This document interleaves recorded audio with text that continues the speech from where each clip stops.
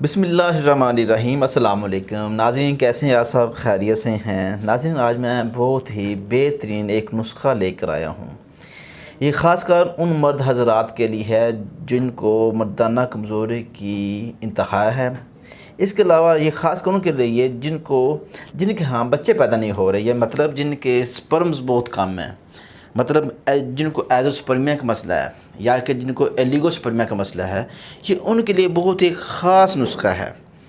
इसकी तरकीब तैयारी तो बहुत मुश्किल है, लेकिन मैं कोशिश करूँगा कि आपको बता दूँ, आपको समझ आ जाए और आप इस तरह से बना पाएँ। नाज़रीन, ये मैंने तकरीबन 100 मरीज़ों को ये नुस्खा दिया हुआ है, ठीक है, और इंशाल्लाह इसका जो रिज़ल्ट आता है वो पॉजिटिव ही आता है। ये मतलब जिन लोगों के जरासीम 30 पॉइंट हैं या कि 40 पॉइंट हैं, उनके लिए बहुत ही ख़ास है, या जिनके 1-2 भी हैं उनके लिए भी बहुत ख़ास है, बेहतरीन है। ये 3 महीने का कोर्स होता है, रोज़ाना एक खुराक ये खानी होती है, ठीक है।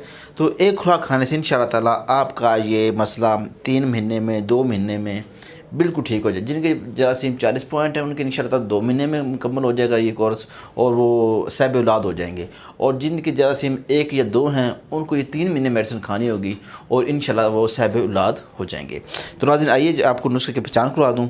नाज़रीन, आपके पास होना चाहिए तुख्म पिंडी, या आप तुख्म पिंडी देख सकते हैं, ठीक है, अककरा, ठीक है, मूसली सफ़ेद, ठीक है, पम्बादाना, तुख्म रेहान, खरातीन मुसफ़ा।